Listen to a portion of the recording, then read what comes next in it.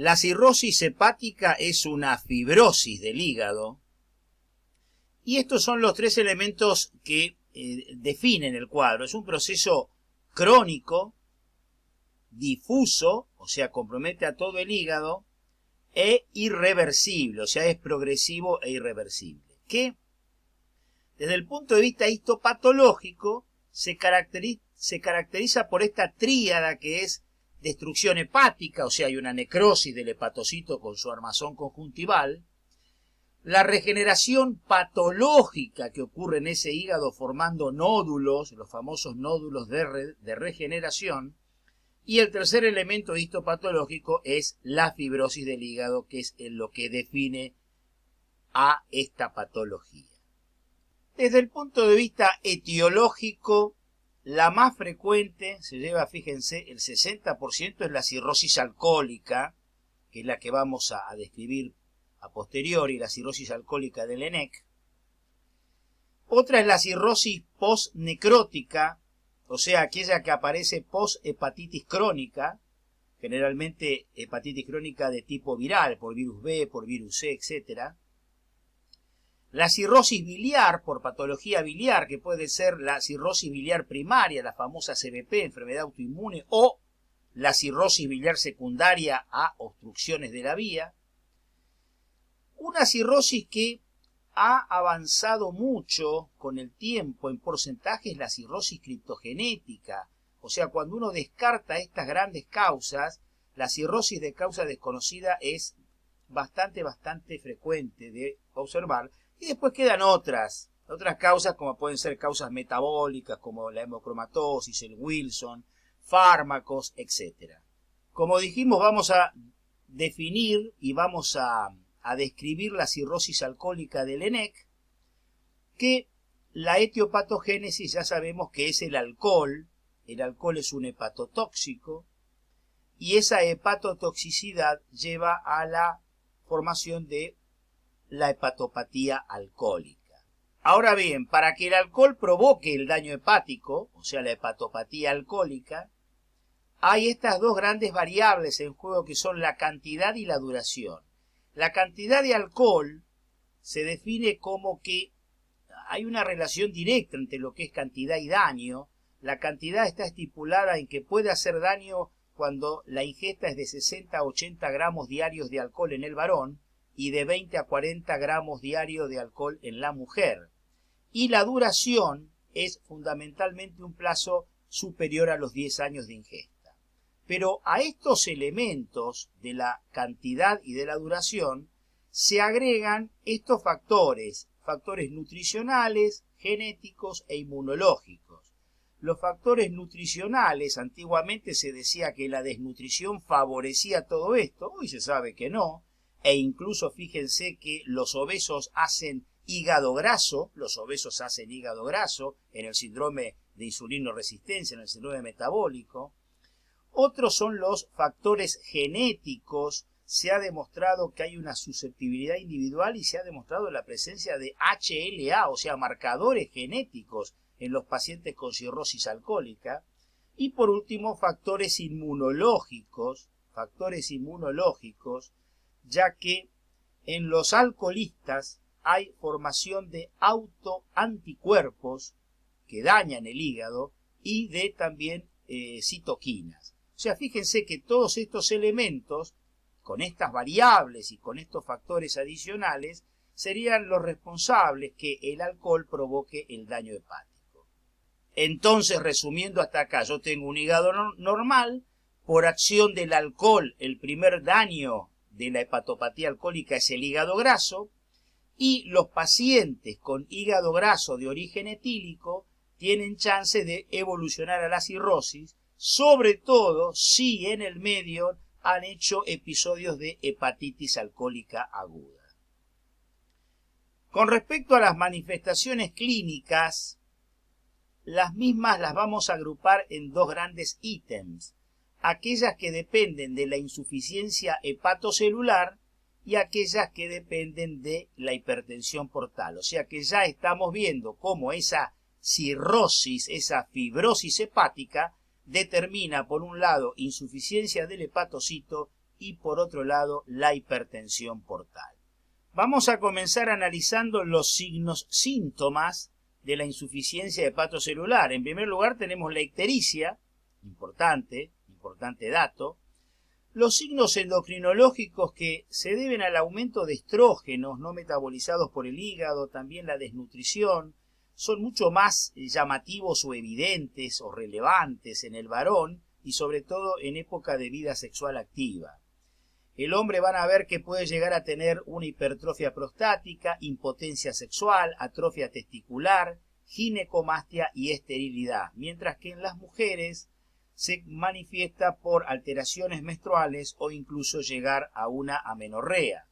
Los signos cutáneos comprenden las equimosis, las telangiectasias nasomalares, las arañas vasculares, después vamos a ver algunas imágenes que son los denominados spiders. Vamos a ver la palma hepática, o sea, el eritema de las eminencias tenar y hipotenar. Vamos a ver alteraciones unguiales, uñas en vidrio de reloj, con estiación longitudinal, con ausencia de lúnula y con opacificación. La piel es una piel seca, áspera, que puede agregar manchas pigmentadas a nivel del cuello. Y la distribución pilosa, cambio más ostensible en el varón, es la disminución del vello axilar, torácico, pubiano y miembros inferiores, y sobre todo a nivel pubiano, el vello pubiano feminoide. La encefalopatía es la manifestación neurológica cuya máxima expresión es el coma hepático. Con respecto a las hemorragias, se deben a la disminución de la producción de los factores de la coagulación por el hígado y a la plaquetopenia que acompaña siempre a los pacientes cirróticos.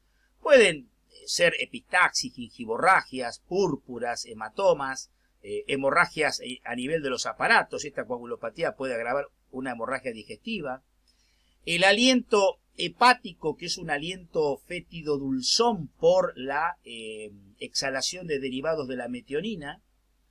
Ya que estamos en aliento, hagamos un hincapié en la lengua. La lengua es una lengua roja, lisa, depapilada, temblorosa, típica del paciente alcohólico.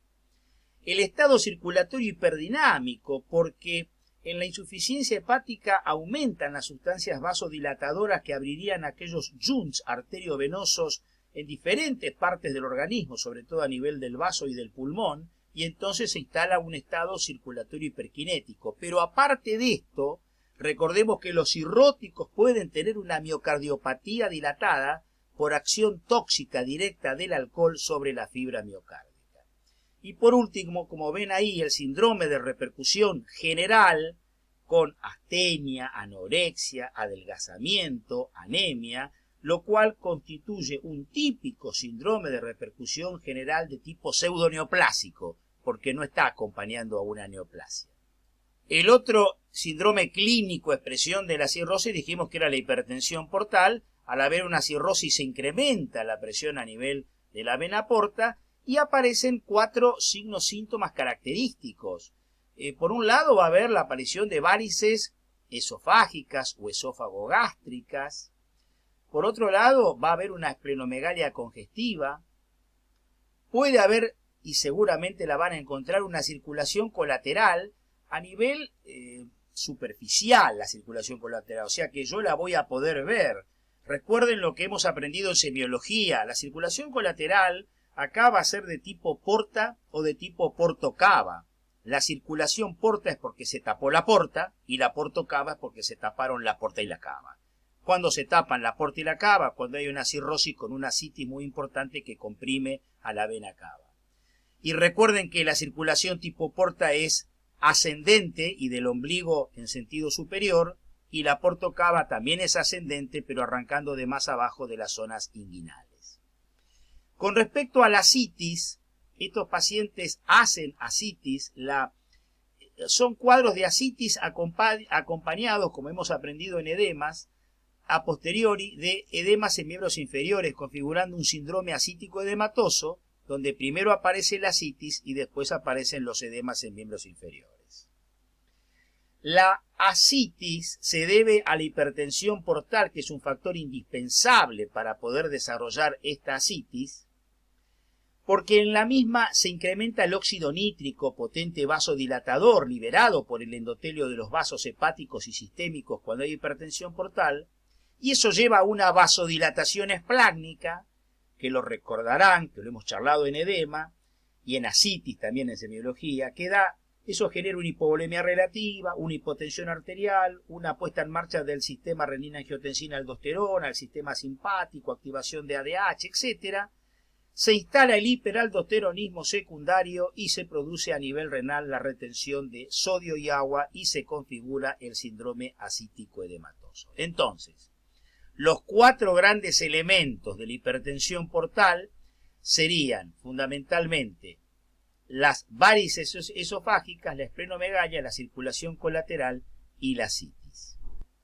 Acá tienen una palma hepática con el clásico eritema en ambas eminencias, tenar e hipotenar. Estas son las telangiectasias en forma de araña, los spiders. Los spiders los van a ver en forma así aracniforme, donde yo acá aprieto con el dedo, va a haber una vitropresión positiva y se ubican predominantemente en la zona de las clavículas. Estas son las telangiectasias nasales clásicas que no solamente están a nivel nasal, sino también a nivel malar, son nasomalares. Las equimosis, que ya dijimos que era por alteración, por disminución de la formación de los factores de la coagulación y la plaquetopenia, en el caso de equimosis interviene mucho más el descenso de los factores de la coagulación. La hipertrofia parotidia, que es un signo, un elemento, ¿no es cierto?, un estigma físico de los pacientes alcoholistas, una típica ginecomastia bilateral, muy frecuente de ver en los pacientes alcohólicos, y esta es una típica, ya sabemos, una citis, ya lo hemos visto en semiología. Una cosa que omití comentarles cuando hablamos de la fisiopatología, a todo el mecanismo, digamos, de la vasodilatación, también intervienen en la formación de la citis o síndrome ascítico edematoso, como es un cuadro bastante generalizado, no solamente el hiperaldosteronismo secundario, sino también la hipoalbuminemia por insuficiencia hepatocelular. Bueno, y acá tenemos una circulación colateral muy bien, muy visible, muy importante a nivel bien superficial. Fíjense que se ubica prácticamente desde por debajo del ombligo, o sea, esto arranca de la zona inguinal, esto es una circulación tipo portocava en un paciente con ascitis, y el sentido de la corriente es un sentido ascendente. La semiología hepática, el enfermo al principio tiene una hepatomegalia y a medida de que va pasando el tiempo de evolución de la cirrosis, el hígado se achica, se atrofia. Cuando está en la etapa de hepatomegalia, que es donde uno puede rescatar más elementos, vemos que hay una superficie irregular nodular con un borde filoso y una consistencia hepática aumentada. El paciente puede tener una cirrosis compensada y por todos estos múltiples factores descompensarse y llegar al estado de cirrosis descompensada. Cirrosis compensada es prácticamente oligosintomática, y cuando se descompensa es cuando se exageran, se ponen bien de manifiesto, se exacerban los elementos clínicos de la insuficiencia hepatocelular y del síndrome de hipertensión portal. ¿Por qué se puede producir el paso de la compensación a la descompensación? Bueno, uno puede ser por factores endógenos, o sea, por propia gravitación natural de la enfermedad, evolución natural de la enfermedad, pero la mayoría de las veces lo que vamos a encontrar son factores exógenos. Por ejemplo, las infecciones. Infecciones que pueden ser pulmonares, intestinales, pueden ser dérmicas, pueden ser renales, puede ser una PBE, peritonitis bacteriana espontánea. Otro factor que puede descompensar es la hemorragia digestiva, la rotura de varices esofágicas o una hemorragia por una gastritis hemorrágica por el mismo alcohol. Una hepatitis alcohólica aguda, un evento agudo dentro de este cuadro crónico. Y por último, que se haya injertado un hepatoma, o sea, el paciente con cirrosis tiene chance de, en algún momento evolutivo, tiene chance, no significa que siempre lo haga, de agregar un hepatoma, y la presencia de un hepatoma descompensa al paciente cirrótico. ¿Qué es lo que más vemos en la práctica diaria que descompensa? Infecciones y hemorragia digestiva. Y de esta manera terminamos nuestro primer video.